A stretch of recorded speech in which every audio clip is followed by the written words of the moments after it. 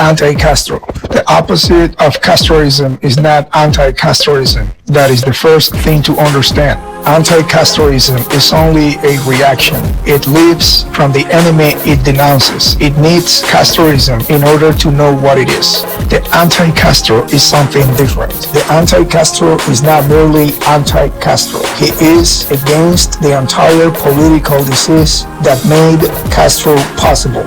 He does not want to replace one slogan with another. He does not want to replace one crowd with another crowd. He does not want another revolution with better branding. He wants to leave the revolutionary stage altogether. The anti-Castro understands that Cuba has been trapped between two failures. On one side, Castroism, on the other, liberal anti-Castroism. One promises equality through the state, the other promises freedom through mass democracy. But both remain trapped in the same modern illusion that politics can be built from below by mass desire.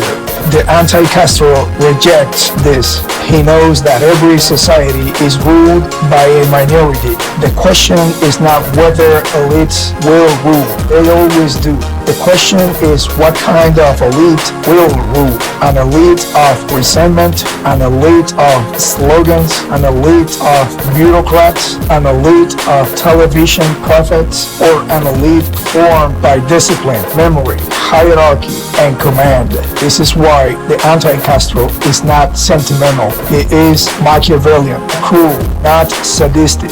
He is realistic. He does not ask what political system sounds beautiful. He asks what political system can actually produce order. He does not worship abstractions. He studies power.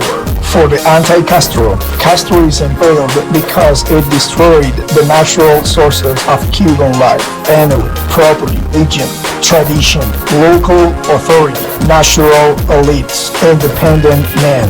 It flattened hierarchy in the name of equality, and then wondered why the nation became spiritually exhausted. But the anti-Castro also sees what ordinary anti-Castroism refuses to see. The old liberal republic was not paradise. It was unstable, weak, vulnerable, too open to faction, too dependent on foreign approval, too unable to form a durable ruling class. Castro did not fall from the sky. He emerged from the weakness that already existed. That is the hard lesson. Castroism was not only an invasion of Cuba, it was also a symptom of Cuba. A nation without strong authority eventually receives brutal authority. A nation that destroys its hierarchy eventually receives false hierarchy. A nation that cannot produce rulers eventually receives tyrants. The anti-Castro does not want democracy as escapism. He does not believe that voting alone regenerates a nation. He does not believe that a people vanished by revolution is healed simply by being handed a ballot. A ballot can choose a savior, a demagogue, a clown, a traitor, a new revolutionary. A ballot is not a civilization. The anti-Castro wants order without Castroism, authority without sadism, hierarchy without revolutionary hatred, sovereignty without servility, discipline without ideology. He does not want the state to become a god. That he also does not want society dissolved into appetite, noise, faction, and resentment.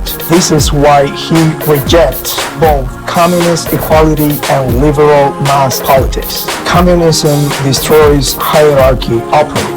Liberal democracy dissolves it slowly. One does it with class struggle, the other with endless rights, factions, parties, media, and public opinion.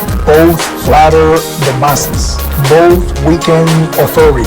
Both distrust the superior man. The anti-Castro is an independentist. But seriously, he does not want Cuba to be a satellite, not of Moscow, not of Washington, not of Brussels, not of Miami. He wants Cuba to have its own place in the universe, not as a colony of ideology, not as a market of slogans, but as a nation with form. The anti-Castro does not ask, how do we return to yesterday? He is not nostalgic in the weak sense. He does not cry over what cannot return. He takes from the past what can still command the future.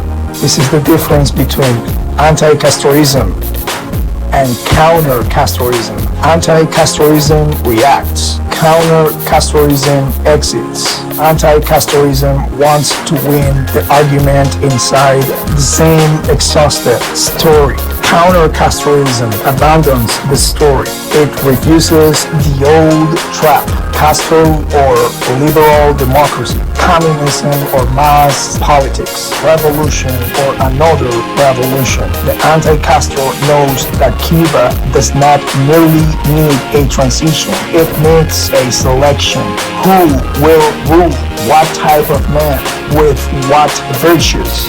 With what loyalties? With what discipline? With what vision of order? A regime can fall in one day. Ruling class takes generations to form. That is why anti-Castro is dangerous to everyone. Dangerous to Castroism because he rejects its revolutionary myth. Dangerous to anti-Castroism because he rejects its liberal fantasy.